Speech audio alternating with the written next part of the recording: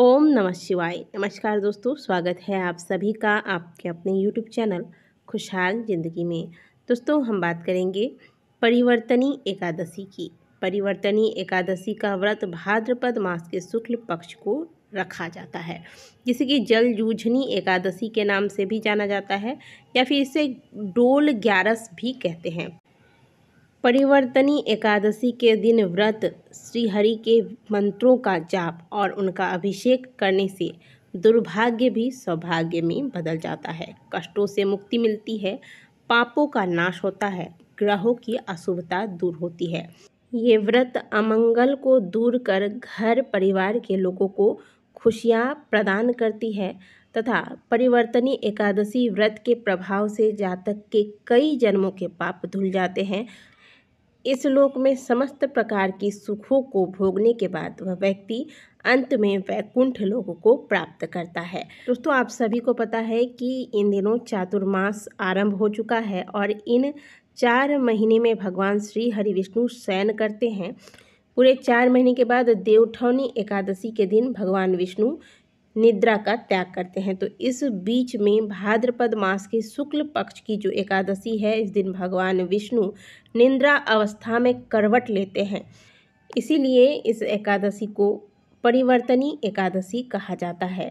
इस दिन एकादशी के व्रत की कथा को सुनने मात्र से व्यक्ति का जीवन भी दुख से सुख की ओर करवट लेता है। आइए जानते हैं साल 2023 में परिवर्तनी एकादशी का व्रत किस दिन रखा जाएगा, शुभ मुहूर्त क्या है, पारण किस दिन किया जाएगा तथा जो लोग व्रत नहीं करते उन्हें कम से कम आज के दिन कौन कौन से विशेष बातों का ध्यान रखना चाहिए ताकि भगवान श्री हरि विष्णु की कृपा सदैव उन पर बनी रहे। साल 2023 में भाद्रपद मास के शुक्ल पक्ष की जो एकादशी तिथि का प्रारंभ होगा वह 25 सितंबर को प्रातःकाल सुबह 4:36 पर होगा और इस तिथि का समापन अगले दिन यानी कि 26 सितंबर दिन मंगलवार को प्रातःकाल 5:12 पर होगा।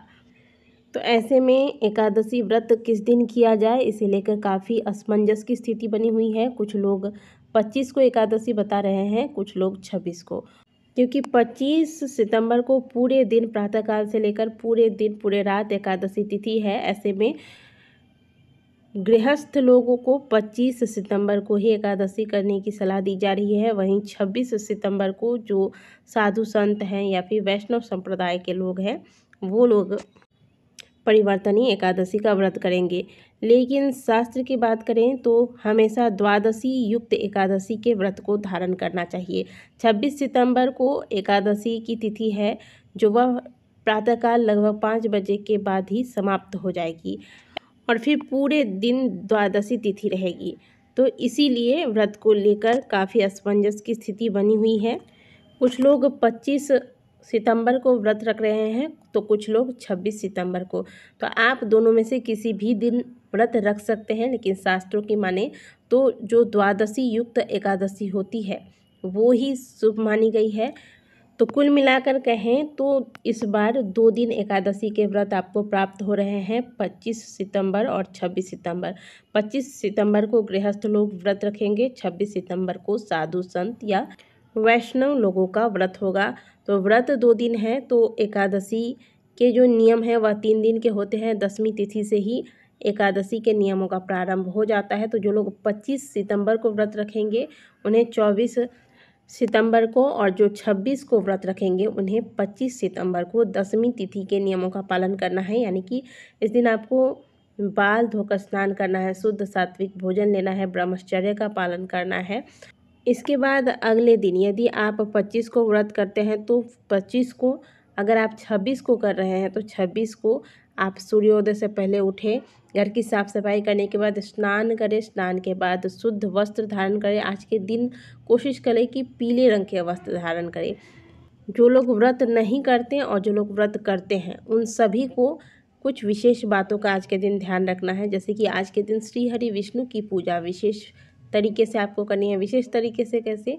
अगर आपके पास भगवान की कोई मूर्ति है, कोई प्रतिमा है, तो आप दक्षिणावर्ती शंख से भगवान का अभिषेक करें। शुद्ध जल में तुलसी दल मिलाकर इस जल से अभिषेक करें। अगर पंचामृत से अभिषेक कर सकते हैं तो इससे उत्तम तो और कुछ हो ही नहीं सकता। पंचामृत से अभिषेक कराने के बाद शुद्ध जल से अभिषेक करें। भगवान को पीले वस्त्र, पीले जनेऊ, पीले चंदन, पीले फल इत्यादि का भोग लगाएं। जो भी भोग लगाएंगे भगवान को उसमें तुलसी दल अवश्य होना चाहिए।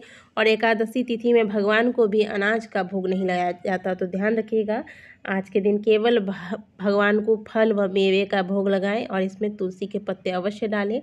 जो लोग व्रत नहीं रखते वो आज के दिन भोजन में शुद्धता रखेंगे, शुद्ध सात्विक भोजन लेंगे और भोजन में भी चावल का पूरी तरीके से त्याग करेंगे।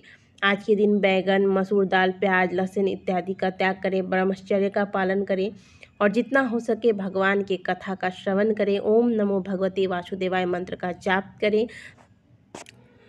और ध्यान रखिएगा कि एकादशी में स्वयं तो आप चावल का त्याग करेंगे ही, लेकिन आज के दिन किसी और को भी चावल नहीं खिलाना है, ना ही चावल का दान करना है, क्योंकि आज के दिन चावल में पूरी तरीके से पाप का वास होता है और चावल का प्रयोग चाहे आप किसी भी प्रकार से करें, इसका फल आपको पाप के स्वरूप ही भोगना पड़ता है। इसीलिए आज के दिन चावल का पूरी तरीके से त्याग करना है। अब बात करते हैं व्रत के पारण की, तो जो लोग व्रत 25 को रखेंगे उनके लिए पारण का अलग समय है और जो 26 को रखेंगे उनके लिए पारण का समय अलग होगा। चलिए जानते हैं पारण किस समय करना है।